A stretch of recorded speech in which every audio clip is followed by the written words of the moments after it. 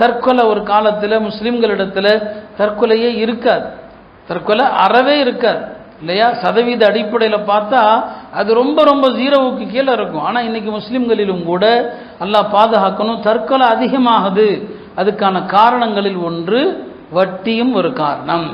ஏன்னா வட்டி எங்கே அதிகமாகுதோ அங்கே நிறைய பேருக்கு பைத்தியம் பிடிக்கும். வட்டி அதிகமானால் நிறைய பேர் புத்தி பேதலிக்கப்படுவாங்க. குர்ஆன்ல அல்லாஹ் அப்படிதான் சொல்றான், அல்லதீன யகுலூன ரிபா, யார் வட்டி உண்கிறார்களோ, லா யகூமூன் இல்லா கமா யகூமுல் லதீ யதகப்பதுஹு ஷைத்தானு மினல் மஸ்ஸி, அவங்க ஷைத்தானால் பாதிக்கப்பட்டவர்களைப் போல, பைத்தியம் பிடித்தவர்களைப் போலத்தான் எழுந்திருப்பார்கள். இன்றைக்கு நம்முடைய வியாபார முறைகள், வியாபார பரிவர்த்தனைகள் எல்லாவற்றிலுமே வட்டி ஏதோ ஒரு ரூபத்தில் வருது, ஏதாவது ஒரு வடிவத்தில். இதுதான் இந்த சமூகத்தில் வட்டி தற்கொலை அதிகமாகிறதுக்கும் இதைத்தான் காரணம் என்பதாக உலமா பெருமக்கள் சொன்னாங்க. எனவே அருமையானவர்களே, அல்லாஹ்வுடைய தீனு தான் எல்லாத்தையும் விட உயர்ந்தது. இப்போ நிறைய பேர் வாடகை கொடுக்கறது கஷ்டம்னு சொல்லி என்ன செய்கிறாங்க, வீடு கடைகள் லீஸுக்கு எடுக்கிறாங்க. அதுக்கு மார்க்கத்தில் அனுமதி இருக்குதா? இப்போ என்ன, நம்ம 1000 காரணம் சொல்லலாம். மாதம் மாதம் வாடகை கொடுக்க முடியல, மாதம் மாதம் வாடகை கொடுக்கறது கஷ்டமாக இருக்குது. ஆனால் மார்க்கம் சொல்லுது ஹராம், அது மார்க்கத்தில் அதுவும் வட்டி தான், அதுவும் வட்டி, அது ஜாயிஸ் இல்லை, அது செய்யக்கூடாது. நான் அன்றைக்கு ஃபஜ்ருடைய பயானில் கூட சொல்லியிருந்தேன், குர்பானியில் வட்டி இருக்குதுன்னு சொல்லி. நம்முடைய ஃபுகஹாக்கள் அப்படியே சொல்லுவோம், குர்பானியில் வட்டி இருக்குது. அது என்னங்க குர்பானியில் வட்டி? கூட்டு குர்பானியாக இருந்துச்சுன்னு சொன்னால், கூட்டு குர்பானியாக இருந்தால் 7 பேருடைய பங்கும் சமமாக இறைச்சி பிரித்து கொடுக்கப்படணும்.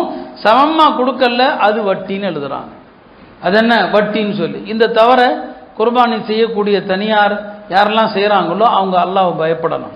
ஏன்னா இன்னைக்கு அது வெறும் வியாபாரமாக ஆகிப்போச்சு. குர்பானி பிராணிகளுடைய வயது, அதனுடைய தகுதி, அதில் பேணப்பட வேண்டிய நிபந்தனைகள், அதை பார்க்கறதே கிடையாது.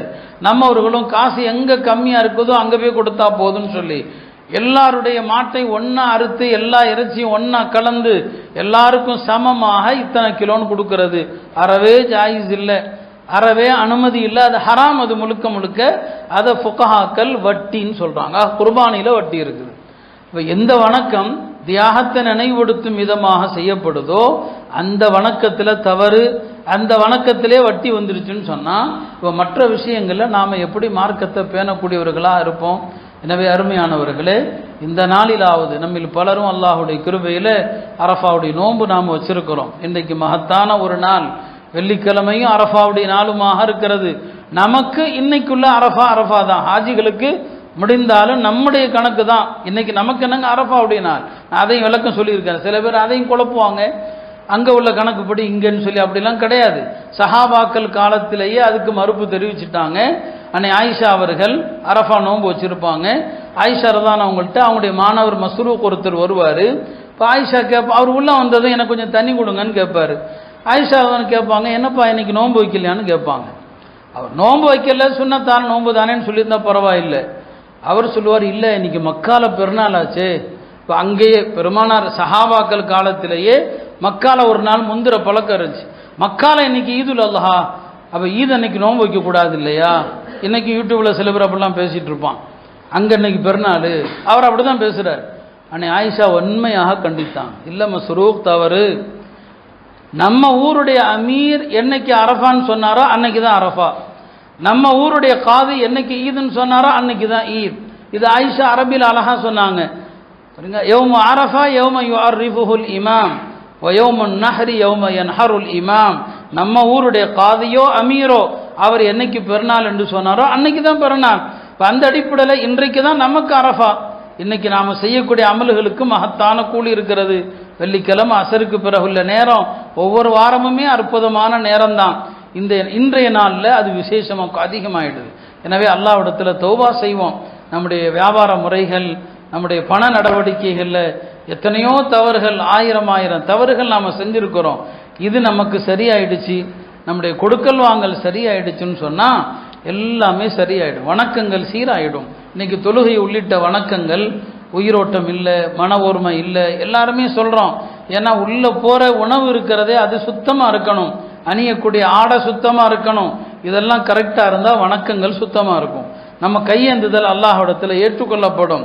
எனவே நாம் நாளைய தினம் குர்பானிகளை அறுத்து பலியிடுவதற்கு முன்னால நம்முடைய எல்லா முஆமலாத்துகள் கொடுக்கல் வாங்கல்களை சரி செய்வோம். அல்லாஹ்வுடைய புறத்தில் இருந்தோ ரசூலுடைய புறத்திலிருந்து இதுதான் மார்க்கம் அப்படின்னு சொல்லப்பட்டா நம்முடைய அறிவை கலட்டி வச்சிடணும்.